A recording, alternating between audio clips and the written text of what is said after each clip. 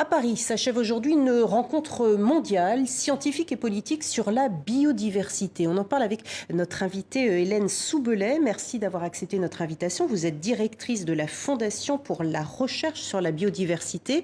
Alors, 6 jours de rencontres et d'échanges entre diplomates et scientifiques, 130 pays au chevet de la planète. Alors, j'aime plus trop cette formule au chevet de la planète. J'ai l'impression de l'entendre tout le temps. Et en même temps, l'inquiétude ne retombe pas pour autant. Concrètement, qu'est-ce qu'il en sort de 6 jours de discussion telle que celle-ci?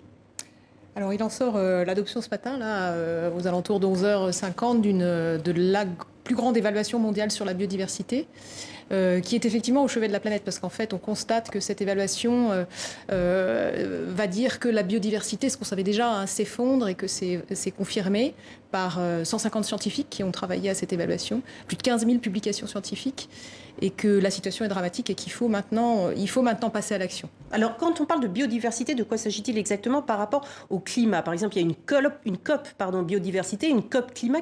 C'est quoi la différence? Alors là, les COP s'intéressent à des aspects différents, mais qui sont complètement intriqués. La biodiversité, c'est la diversité du vivant, c'est les êtres vivants. On va regarder ce qui leur arrive, les pressions qu'on exerce sur elles et comment elles vont évoluer.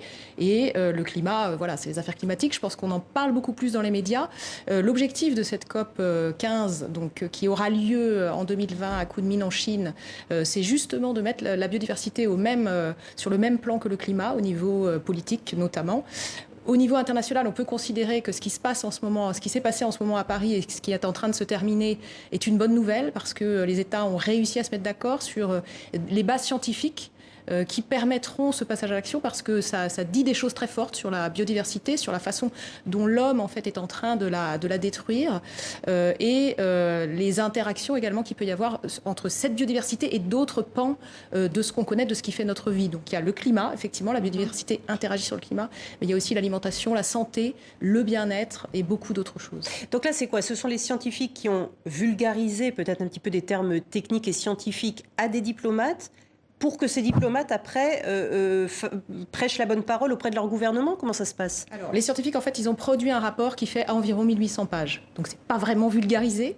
Et ensuite, ce qui se passe, en fait, ce qui s'est passé pendant ces 6 jours, c'est que sur la base d'un projet de résumé pour décideurs, qui extrait de ce rapport les principaux messages clés, les décideurs, justement, qui étaient réunis dans cette enceinte de l'UNESCO, ont remanié le texte pour qu'il soit compréhensible, pour qu'il soit plus clair, peut-être plus communicant, pour qu'il y ait un passage à l'action dans tous les pays dont ils sont issus. D'accord.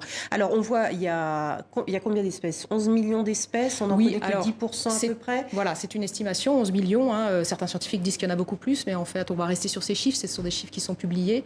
On en connaît un peu moins de 2 millions. Et de végétal et d'animal, quand on dit 11 millions? Alors, végétaux, animaux, bactéries, champignons... D'accord, c'est tout un ensemble. Tout le vivant. Il y a quand même des points positifs ou pas dans cette évolution de la biodiversité? Ou est-ce que le climat n'agit que négativement sur cette biodiversité?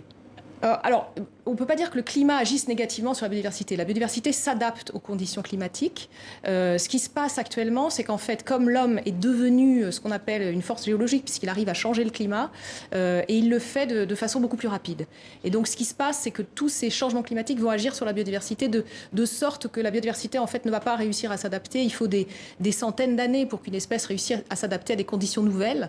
Ça dépend des espèces, mais quelquefois, l'augmentation d'1 degré ou 2 degrés, l'augmentation de la diminution de pH dans l'océan peut avoir des conséquences dramatiques et peut amener par exemple au blanchissement de tous les coraux, de tous les récifs coralliens. Et inversement, la biodiversité a un impact sur le climat. Voilà, tout à fait. Inversement, un changement majeur dans les écosystèmes va modifier le climat. Par exemple, une déforestation massive va provoquer de la désertification, puisque ce sont les arbres en fait qui agrègent des particules au niveau de l'atmosphère et qui vont provoquer la pluie. Si vous enlevez les arbres, vous n'avez plus de pluie. Et donc, vous avez beau ensuite essayer de soutirer de l'eau des nappes profondes, ça ne suffit pas. Et alors l'évaluation mondiale sur la biodiversité, donc le fruit de ce travail de cette semaine de rencontres, sera présenté lundi, c'est ça? Voilà, il sera présenté lundi à la presse, à l'ensemble du monde en fait.